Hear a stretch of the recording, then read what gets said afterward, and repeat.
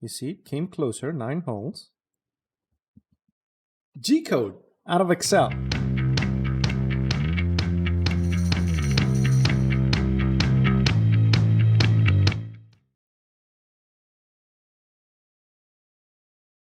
Oh, hello there, and welcome to today's video.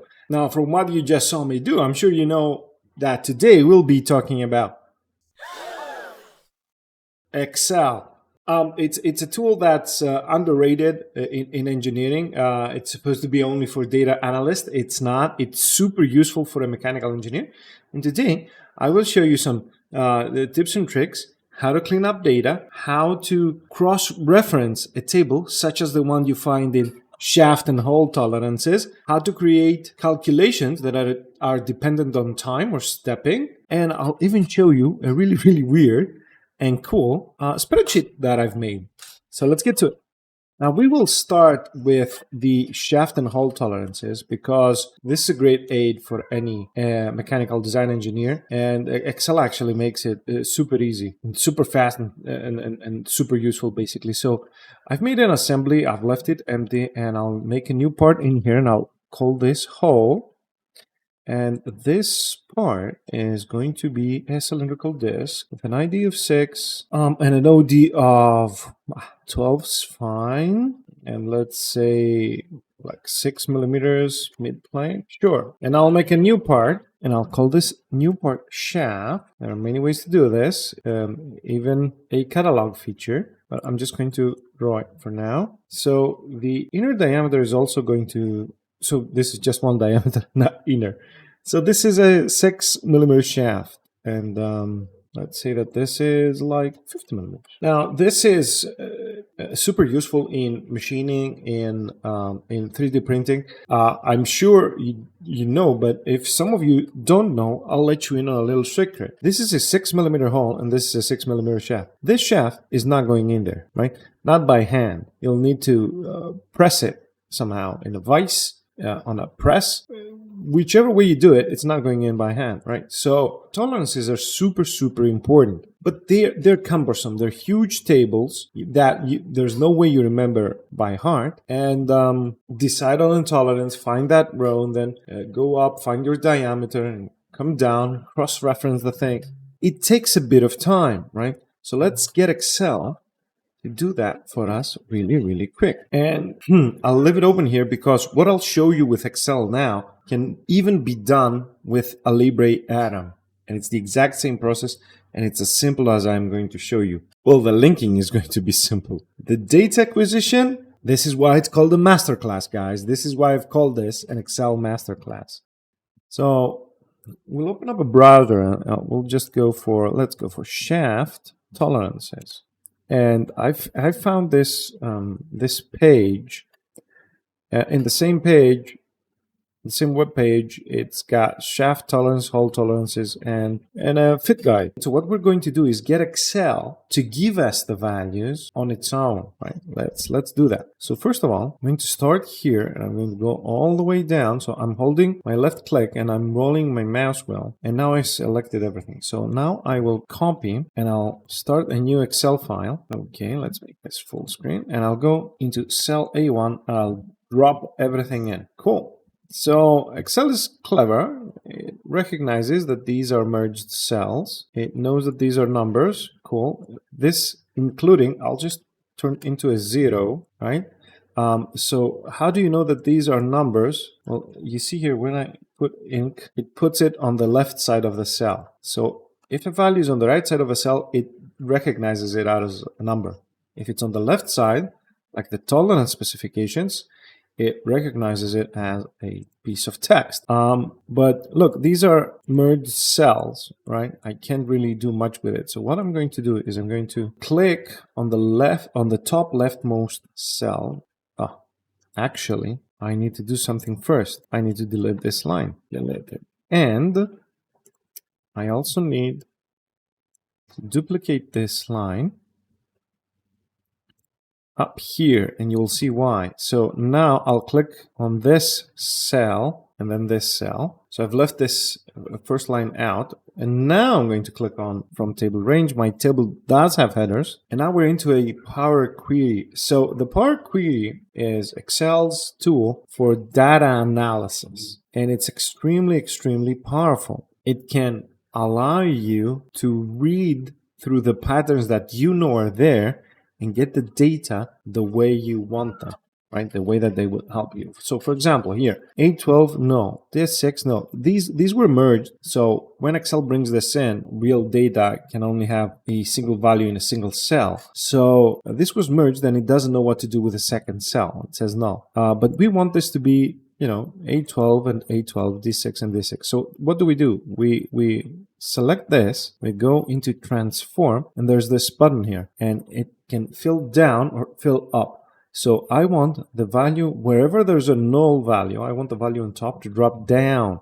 So this is fill. It's over here, the button, fill down. Now it's good. Got everything in place. But if I scroll a bit to the right, you'll see, oh, we've got null values here. Another null value. And if we go here, we've got 1, 2 null values, right in the same row.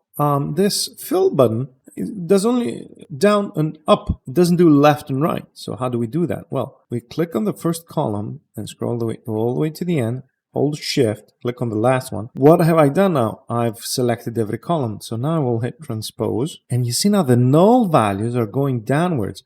So these values, you know what these were? These were the merged cells in the middle. So here we had minus 80 millimeters for 2 different diameter brackets, right? And they were merged, the cells, and Excel doesn't know what to do with it in the Power Query, and it puts in the value null. But now by transposing it, I can fill down. Okay, so before doing the fill down, I need to do the same thing.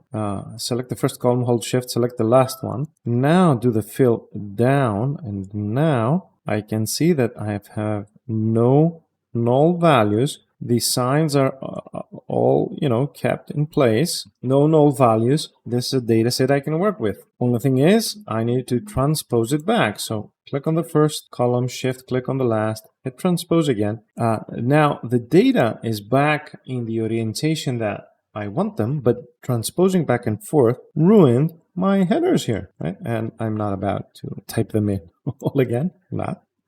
So that's why we copied over that line. Now, at this point, we need to make a decision about how we will be pulling the data out of here. There are 2 ways to do it. One can work with this entire table, but it is a bit more long-winded to write. And the other one, we need to split up this table into 2 tables, right? So we need 2 tables for the holes, 2 tables for the shafts. And what are these 2 tables? One is the table with the minimum values, and the other one is the table with the maximum values.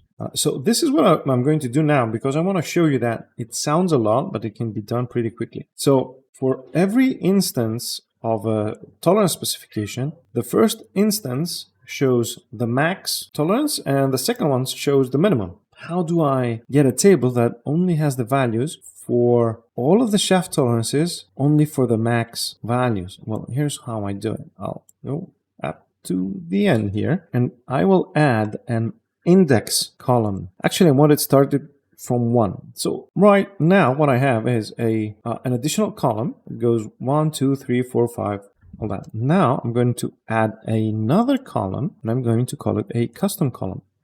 Now here I can add a custom column formula. So I will search for the mod function, and there we go. We have a function that says number mod. So I'll just open up my parentheses, and you get a little guide here. It says number is a nullable number, and divisor as a nullable number. So the numbers that I want to work with is this index column. So I'll just double click it. Then the divisor is 2, and then I'll close this. I'll close out this parenthesis. So this gives me the remainder of the division by 2 for every single value in that index column. And I'll put it in a different column. So I'll hit OK. There you go. 1, 0, 1, 0, 1, 0. So what do you do here? Now, in this column, wherever I have a 1, I'm getting the max tolerances. And wherever I have a 0, I'm getting the minimum tolerances. And finally, now that I've done all this, I can click up here and deselect select all. And let's see, I wanted the max. So I'll just click here and look what we just got. Index 1, 3, 5, 7. You see this? So we only have the max values here, okay? Only one specification for each one. And now I can select these two columns and just hit delete. So before I go any further, I should tell you that we have here a set of applied steps. These work very much like the feature tree in our CAD system. So I can go back, change something, and then the rest of the steps will go on being applied, and I'll still get the result. We'll use this later. So now I will go to home, close and load. It'll start a new sheet for me, and it's naming this table 1, the sheet, and I'll rename this. This is shaft max, and I want to select the entire table here, and I want to call this table shaft max, again without a space there. Okay, but now what we have here is it says column 1, column 2, and so on. So for what I want to do, I'll add a line above it, and then I'll come in, copy this, come in here, click on the very first cell, paste it, and it'll drop it across. And now we can hide this line. So this is more like the view of the data that we would expect. And when I click in this table, this option comes up, table design, and I can even use some pre-made colors for it. Okay, so this is how you do the max tolerance for the shaft. How do you do the minimum ones? Do you go through all of it again? No. We have our queries and connections here, which you can find from data. You just click it here if it's gone away. So you right click and you duplicate, and it'll open it up actually. And all I need to do is I go here where it says filter rows, click on this little gear wheel, and it says keep rows where custom equals 0. That's it. Close and load. Minimum tolerance for the shafts. As fast as that. Let's rename this shaft min, and we'll do the same. And let's give this a bit of color as well. Cool. So we're done with the shafts. I'll now do the holes. You will catch up with me when I'm done with the hole data. Okay, so here we are. We're back. We've got our min and max tables for the shaft. We've got our min and max tables for the hole. Now I need to make sure that I've got my table names right. Okay, so I have all of my data in here, and they're correctly separated and formatted, and I like them. So I will now start a new sheet, and I will call this the selection sheet. And let's put this here. Now notice that I have a space in the name. That's wrong, but you'll see why in a bit. So I will make here, I'll make a label here, right? So that it's a bit more legible. And I'll say this will be my shaft, and I'll need 3 cells for it because I want to select the tolerance, and I want it then to give me minimum and maximum. So I want a hole, again, same thing, select the tolerance, min, max. This is my diameter, right? And so let's go for a diameter of 6. 6 is exactly on the dot, right? So the way we make these selection functions, when it gets 6, it should give us this way, right? 6 should give me minus 390 for A12, not minus 430. Okay, so I want my tolerances to be here. You know what? So I will call this value, and I'll say here it's the tolerance. And this is the min, and this is the max. And then I am going to hold down control and just copy this over here. So this is where my tolerance will go. I don't want to remember the tolerances by heart. So this is the shaft. So what I'll do is, with this cell selected, I'll go into my data. So this is another great trick, because this is how you make a list. So you go to data validation. Let me do that again. You click here and you say data validation. What that tells Excel is it needs to validate the data that goes in there. And where will it validate it from? From this list. So you click here and you go where it says, you click on one of the shaft tables. You click on the first one, Control Shift down. We've got the entire column now. We can click Enter and OK. So now when we click on this cell, we get this little drop down arrow next to it, and we click it, and there you go, all of our tolerances. So I will also copy this here, and this data validation comes over. So I've got this here as well. Okay, now we need to make sure that we write a function there. We write a function in there that works and gets us the correct numbers. So there are two ways to do it. One is with index match, and index match could have handled a single table with min and max values, but we would have needed to play a lot. It would have been an enormous function, significantly larger than what will end up here, and this is going to be large in itself. So I'll start X, and I'm going to use XLOOKUP. By the way, when I say index match, I don't mean there's a function that is called index match. I mean that I'm going to call the index function, and for the row and column inputs that it wants, I'm going to be using match functions to get me those numbers. It's a mess. So this is going to be simpler, and it's also going to be simpler to explain. By the way, let's get something in there first. So the lookup value is, we start with our tolerance. Okay, so this is the lookup value and lookup array. Where are we going to look for this? Well, we're going to go into the shaft min, right? And I'm going to select all of this. So this is shaft min column 1, right? You see the column headers here. I've hidden them so that it's prettier, but you can see that this is column 1, and that's it. Shaft min column 1. Now, what is going to be the return array? So for the return array, I want another XLOOKUP function there. And the XLOOKUP function is going to give me, as a return, it can give me an entire array, right? It can give me an entire column that matches the criteria that I give it. So we're going to start writing another XLOOKUP, and I need to go back in here. So I clicked here, and it's bringing this in, which I don't need. Now, for this lookup array, the lookup value is the diameter, and the lookup array, so where it's going to look for that value, is basically this, right? The values for the diameters. And it would be a best practice if I was to lock these by hitting F4, but even if I don't, not a big deal. So what is the return array now? So what is it going to need to bring back? So what it needs to bring back is the entire table, all right? So what I did is I clicked on the first cell with values on the table, then Control Shift right arrow, got the entire row, Control Shift down arrow, got the entire table.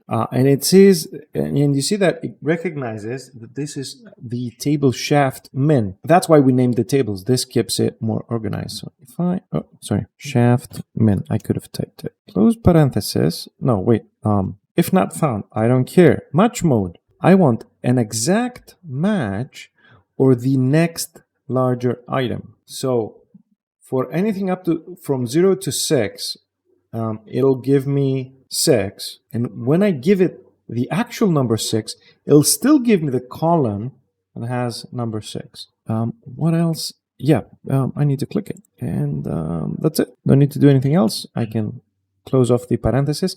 And that is why we're using the XLOOKUP for this very option here. Now hit enter. And I messed up somehow. Oh yeah, I needed another parenthesis at the end to close up the first XLOOKUP. Do you want to accept this correction? Yeah.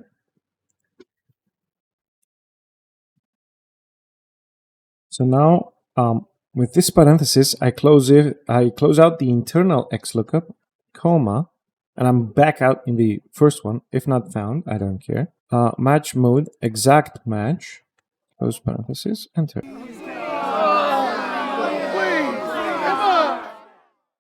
Hello guys, so future cost is here. The reason that this is not working is because at some point Excel froze while I was making this video, and I restarted it, and I had to make the tables all over again. And in that process, I forgot to delete the last two columns in the Power Query. So right now I'm giving the second XLOOKUP a number of values to look through, and then the number of columns that it needs to return is larger because there are those two extra columns at the end, and it doesn't know what to do with it, and that's why it's throwing the error. I pick up on it down the line, I correct it, and with that, back to the action. Okay. So I see why this is happening. If you go back to our table,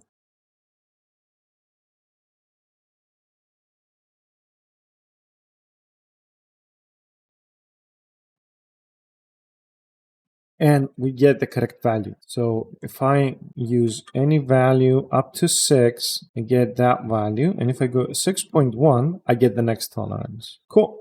So the minimum one works. Now I'm going to copy this, hit escape, go in here and paste it. And I'm just changing the mins for the maxes and we're good to go, right? It's so cool. And now for the whole, I'm pasting this again. And instead of shaft, I change this to whole. Consistent naming schemes, guys, works wonders in Excel. Okay, that didn't work wonders.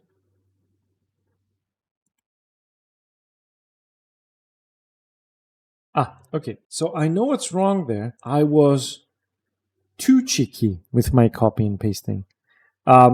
Tolerance names are different. So we select the cell. We go back into data validation list, and cannot help but be cheeky again. There you go. That worked. Gotta love Excel, man. You gotta love Excel. So you copy this as text, you drop it in, and you change this for maxes.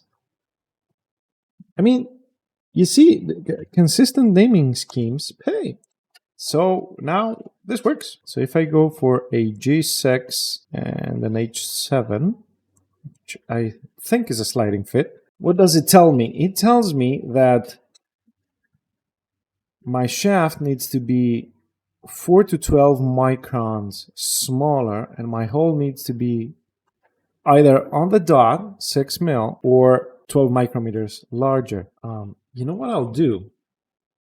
I am going to take this, divide it by 1,000, and add this back to it. Okay. So let me copy this, put it in every tolerance calculation in there. So it now tells me the exact numbers that these values should be. And I will make another, I'll call this user selection. I don't like merging cells for this. If you're connecting to a CAD system, don't merge cells that you will be using. Like, don't use merged cells if you can avoid them. Let's make it a bit prettier.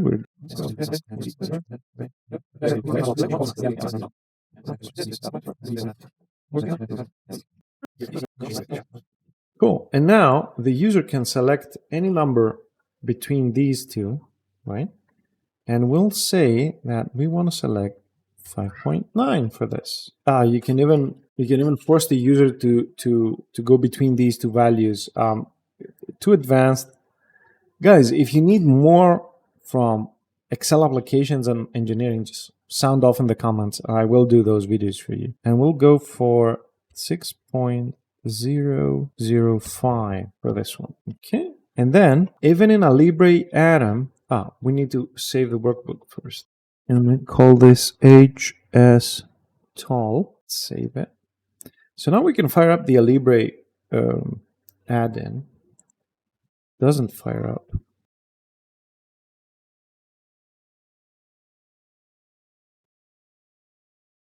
Yes. Okay. So the reason the Alibre add-in didn't fire up is because I had the solver add-in enabled, right? And the two clash, and you need to deselect the solver add-in for Alibre to fire up. But okay, we fired it up now. And you see we've got Alibre parameters design session, okay, session, and we see the open files that we've got, and it's the assembly and basically the two files in the assembly. I go into more detail on how to do this on my other video, so I'll do this a bit quickly. I select my hole. This D1 is the diameter. So I want to say that I'll be giving you millimeters. This is your cell reference, and I just need to click modify now, and I get an error, and this took me a while to figure out. Parameter data is either insufficient or in incorrect format. In this case, it's the incorrect format. You see here where it says selection space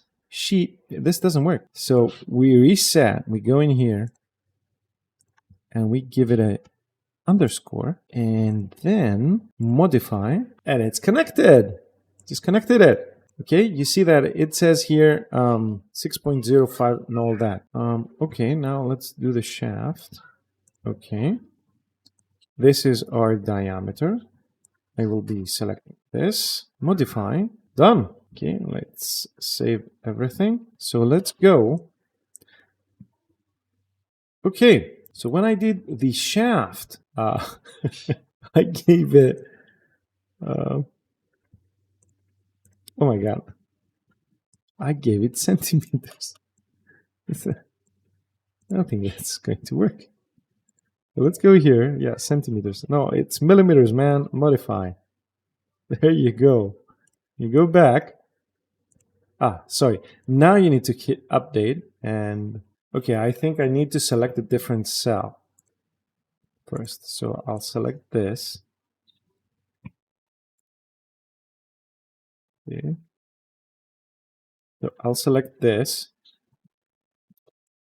Modify. Okay. Now I can go back and select the correct one and hit modify. And this is 5.9. What did I do here? Yep. Same thing. Same thing in the hole. The exact same thing I did in the hole. Okay. So we'll go here and tell it is in millimeters. Okay. And now we'll do the correct one, which is this one in millimeters. Modify. We finally got there.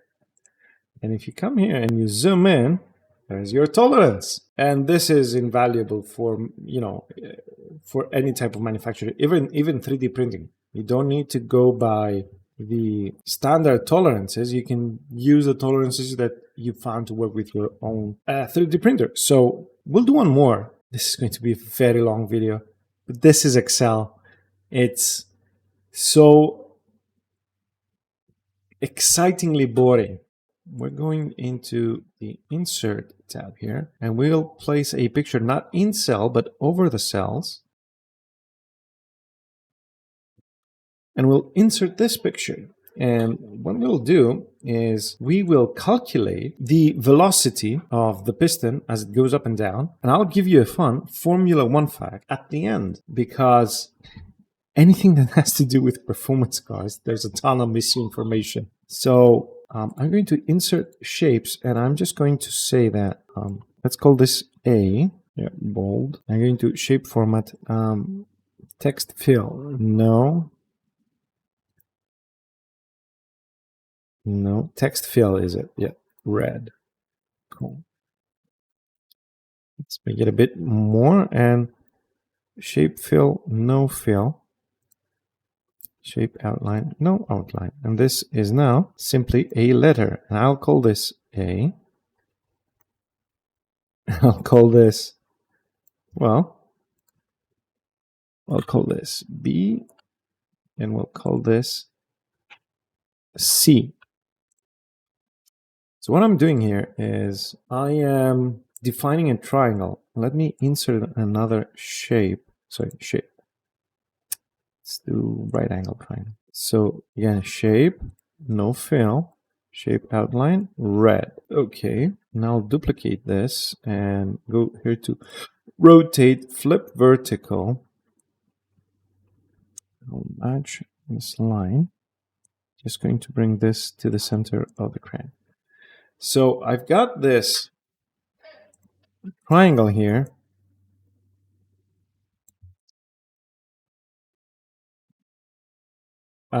triangle ABC, and BH is its height.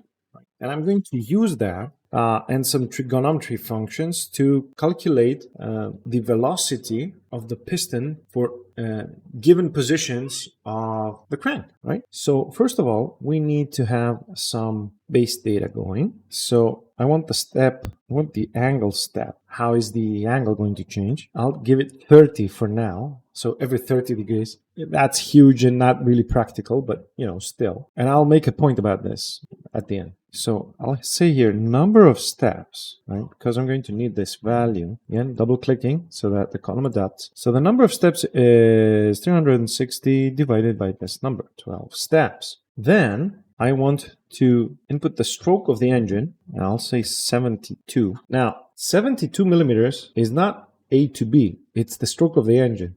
A to B is the crank pin distance from the center of the crank, which is 36, right? So we'll need to remember that. Then we need the rod length, the connecting rod length, and we'll use a value here of 160.65 millimeters. These are all in millimeters. And then we need to check at which RPM do we need the piston velocity at. And let's go for 6,800 RPM. These three numbers are not random. You know what? I remember I need to make this. Now they're not random.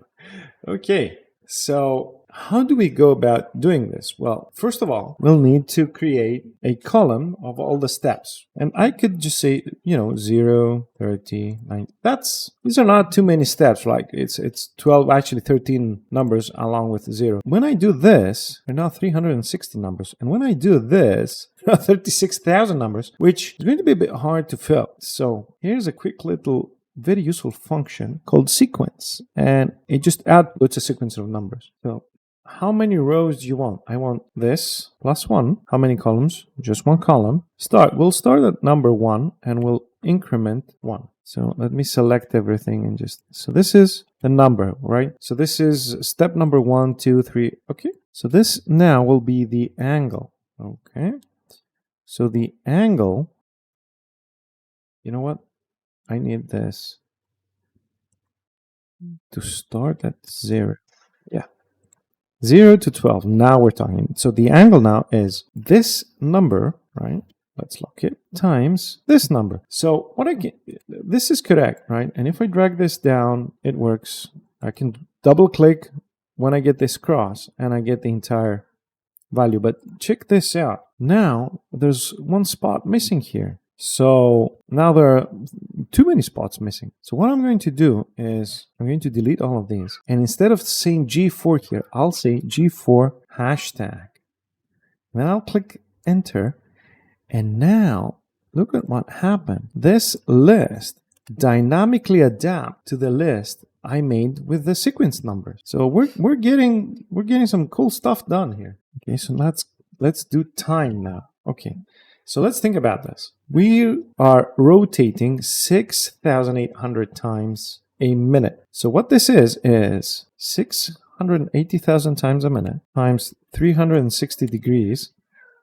That is 2,400,048,000 degrees per minute. So if divide this by 60, we get the degrees per second. So if we now take this and put it in a parenthesis and say that this equals the angle, hashtag, divided by how many degrees it does in a second, what I'm getting here is the time it takes to do each step. So it takes 0.7 milliseconds to do 30 degrees when you're spinning at 6,800 RPM. So this is my time column. And I need this if I'm going to calculate velocity. Now, I'm going to calculate the velocity by calculating the AC side of this triangle and taking the difference between 2 points and then dividing it by the difference of the time between those two same points. And that will give me a numerical approximation of the piston velocity. To do that, I need to calculate this AC. This is not a right angle triangle, and this angle changes. So this ABC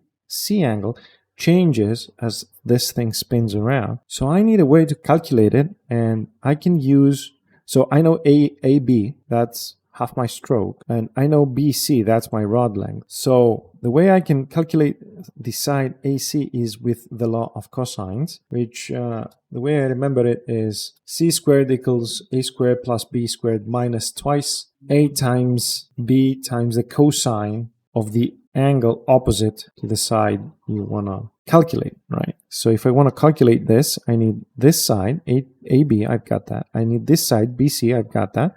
And I need this angle. I don't have that. But look, this small ABH triangle is a right angle triangle. And I know angle A, it is 90 degrees minus this. So I can calculate BH. So the way I do this is I'll call this BH. And that is equal. So the sine is equal to the opposing side divided by the hypotenuse, right? Which then follows that the opposite side is the sine of the angle times the hypotenuse. So we're going to say here sine radians. Now there's a very critical thing here. Excel in its trigonometric function only wants radians, but there is a function that converts degrees to radians. Radians, I hit tab and it autocompletes and opens the parenthesis for me. And my angle is 90 minus this. Hashtag, I close the parenthesis, that's for the radians, I close the parenthesis, that's for the sine, and I multiply with side AB, which is open parenthesis, this divided by 2. Hit enter. So for 0 degrees is when A and B are horizontal, right? Because we're doing it, polar coordinates here. So 0 degrees, it tells me that BH is 40.075. That's exactly half the stroke. So it seems like it's correct. At 90 degrees, this is 0 because it's straight up and everything is straight. So BH is 0. This seems like it's working. So let's go. Now we need to find the angle beta. So how do we find that angle beta? So this is angle beta. I can put this little squiggly mark here because I have a good keyboard. So this is angle beta. And how do I find it? Well, CHB is also a right angle triangle. And I know BH. And I know the hypotenuse, which is CB. So I can find angle beta. But now I need the cosine. And by the way, what I'm going to get here is this little piece of beta. And then I need to add this, which I also know how much it is. It is precisely this. So, because if you can imagine a parallel line to BH going through A, you will see that the crank angle, as I have defined it, is the inside and alternate of this tiny little angle. So it needs to be equal. So let's put all of that in writing, right? So this angle beta is the inverse cosine tab. It gives me the parenthesis of what? So the cosine is the adjacent side divided by the hypotenuse. So what I need to do here is I need to put this hashtag divided by the hypotenuse, which in this case is this, and I'll lock it. This is my angle, the large part of beta. But again, Excel will give me radians. So I need to go in front of here and say degrees, hit tab. It opens up that parenthesis, and I need to go at the end and close it again. And I need to add that little bit. We said again, remember, we have the parallel to BH going through A, and that little bit is this hashtag. Enter, and now we have our angle beta, and you will notice that when this is 90 degrees, this is 180, which again is correct. It seems to be working. Cool. So now we can apply the law of cosines and find the distance from the crank to the piston pin. So this is distance from the crank axis, let's say, to the piston pin, and I'm going to wrap text. I'm going to make this like this big and double click, and we're back. Let's make everything like so, easier to read. So the piston pin, which I'm going to correct. So what is this? Again, we're going with the law of the cosines. So the square of that is the law of the cosines. So I'll be starting with equal square root of sine AB. That is, I'll open a parenthesis, this lock it divided by 2 squared plus this squared minus twice let's open the parenthesis again. This log divided by 2 times this log times, oh, I didn't lock it here.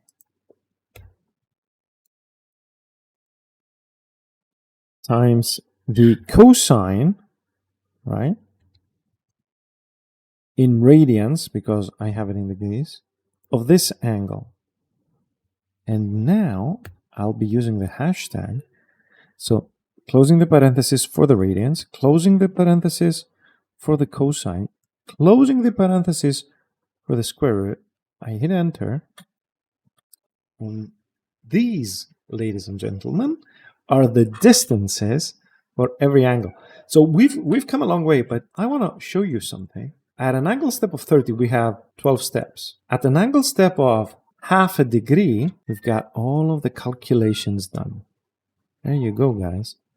Go all the way through. It's all the way down to 360 degrees, and it's perfect. Okay, so now let's fix things up a bit. So first of all, this column, I can right-click, go to Format Cells, go to Custom, and there's a way to create your own number format. So instead of going here to General, we'll start typing things, okay?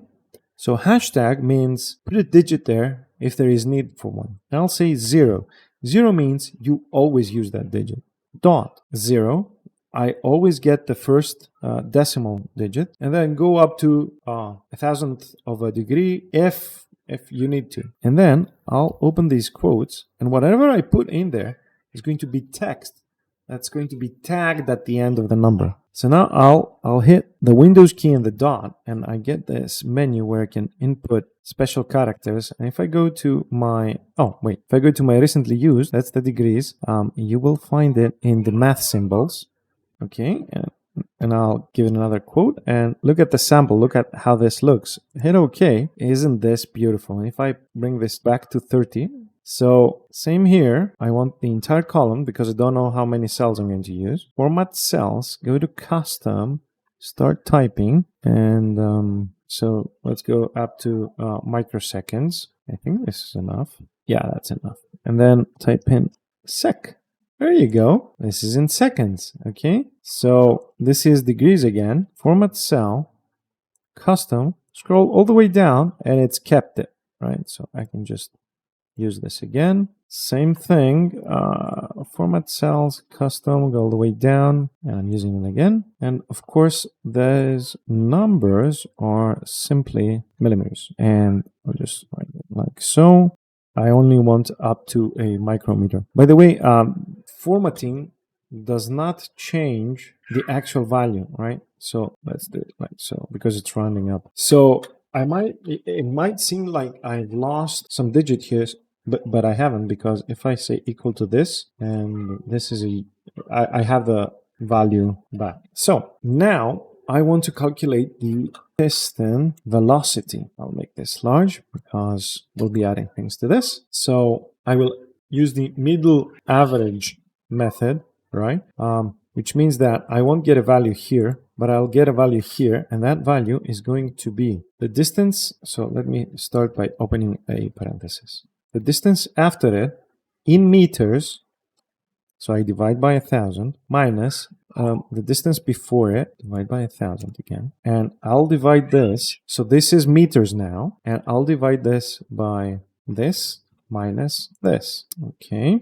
And I'll drop this down up to here. So these are the speeds that the piston is experiencing. Now, I want a more general function that just tells me that there's nothing there. And in order to do that, I'll just go in here and say if, open a parenthesis, if this value, and I'll show you how to do multiple criteria in a single if. So I'll open up and say if this equals 0, so this is where the criteria end, okay? And I want another criterion, which is if this equals 360 degrees. So at the start and the end, only one cell is going to be empty. So this doesn't work. I need to do something with it. So Excel treats 0 as false, and every other number as true. So when this is true, it will get the value 1. And when, sorry, close that parenthesis. And when this is true, it'll get the value 1. So I want to make it, so these cannot be true at the same time because 0 is up here and 360 is down there. So either they're both wrong, which is 0,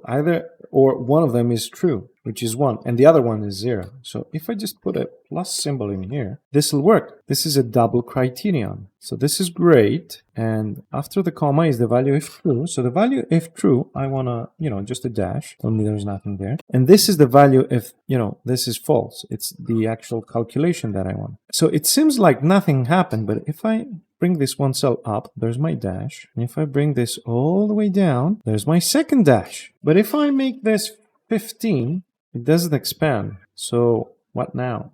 Well, we'll give this a ridiculously small number, and we'll go up here. We'll select all of these, and we'll double click on the cross. And what it did is it goes all the way down. So when we go back to 30, we get dashes here. Why? Well, because the empty cell is equal to 0. So this goes into the first criterion here, and it gets dashes. So that's how you do that. You input the smallest step that you can think of, drag all the way down, and then when you bring it back, it kind of works. So what is the highest velocity, either plus or minus, that we can see in here? Well, you have to go through each one, or you can use a function. And we'll say here max velocity. Nah, we're not. I'm just joking. That's too easy. So I'll come in here where it says piston velocity, and I'll put an equal sign in front. So this starts a function. I will put a quote mark, and then I'll say max equals, right? So this now is a text. I'm telling it add a text, and then I'll use the ampersand. I'll say stick something to the end of that text. Okay, cool. And now I can use a newer function or an older one. If you just use straight up the max function, it will you'll get errors for the dashes. What you can use is the aggregate function. So you open the parenthesis and it tells you what do you want. Okay, this is the same function that you get at the end of a table, by the way, in the totals row. So I want the max. That's number 4. Ignore nested subtotal and well, I'm going to have errors here, so I want to ignore errors. Well, let's just do ignore error values. So now it's the array. Well, I'll just click here, Control Shift, go all the way down, and then you close the parenthesis and you add another ampersand, quotes, and say m divided by s. Oh, close that, no parenthesis. Yes, there you go, m divided by s, quotation marks. Hit enter, look what happened, right?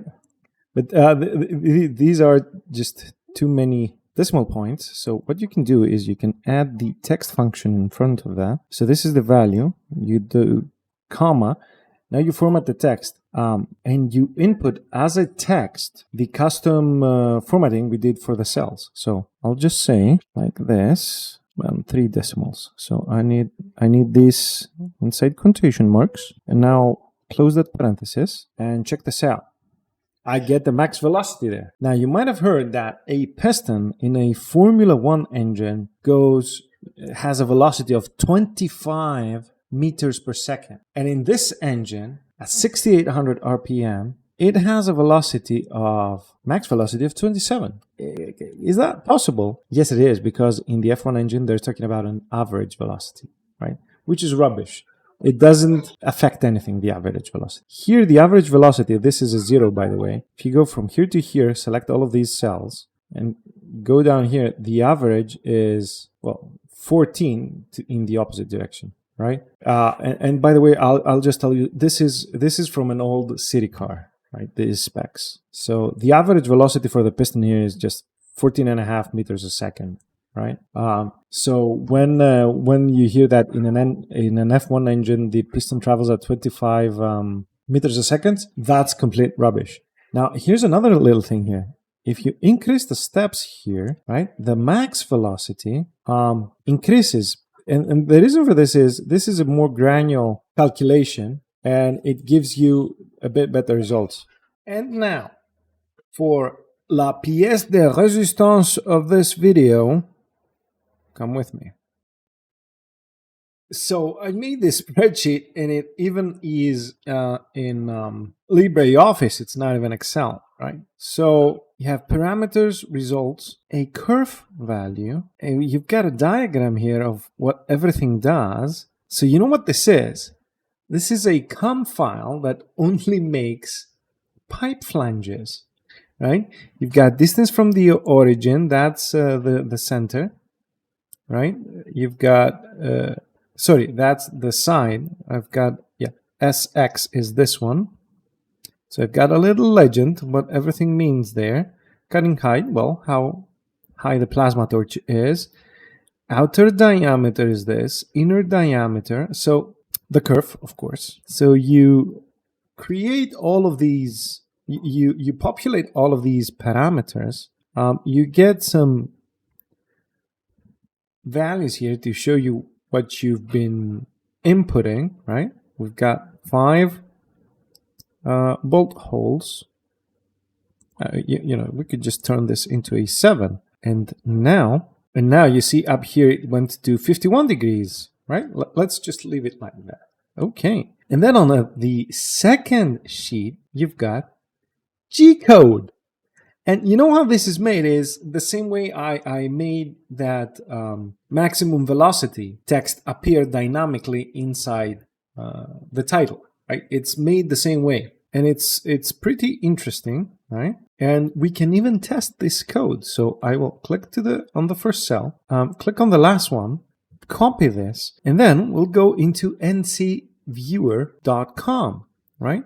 And I will select everything here and just drop this in. I think I need to start it with an ampersand, sorry, percentage, and end it with 1. So if I hit plot,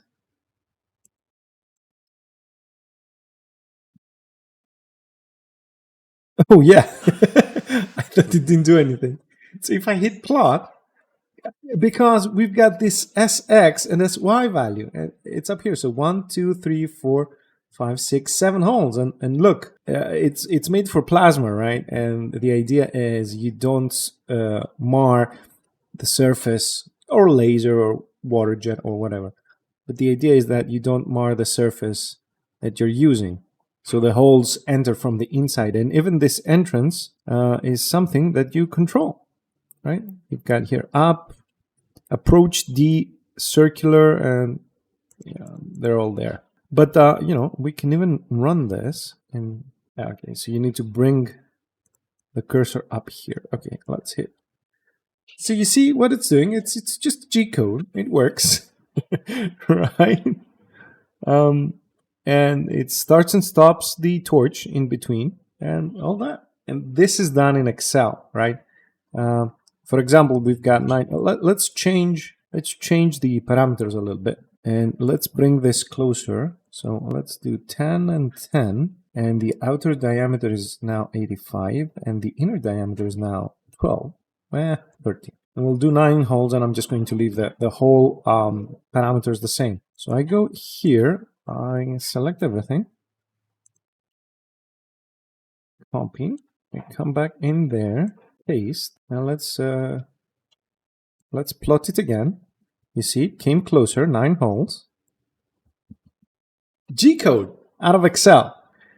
So you see that Excel is a great tool, even for engineers. I find myself using it all the time. And what I show you today, let's recap, is data input, data cleanup, cross-referencing, across rows and columns. And then we did connecting with a CAD system, and Alibre Atom at that, right? A $200 CAD system in the US. It's €300 in the EU. But driving an entire CAD design from Excel. And then we did time-based calculations, again in Excel. And we got great results. Instead of doing it analytically, we did it numerically, right? And we still got some decent results. And finally, I showed you a very simple program that does only one thing, but made in Excel, right? And you could even make a a lathe cam in Excel, and it'll do the G71 and follow it up by a G70 command and produce code for a 2-axis lathe. Ask me how I know. So if you like this video, hit like. If you didn't, hit dislike. I still want to know. And if you want more videos like this, hit the subscribe button, and I'll see you in the next one.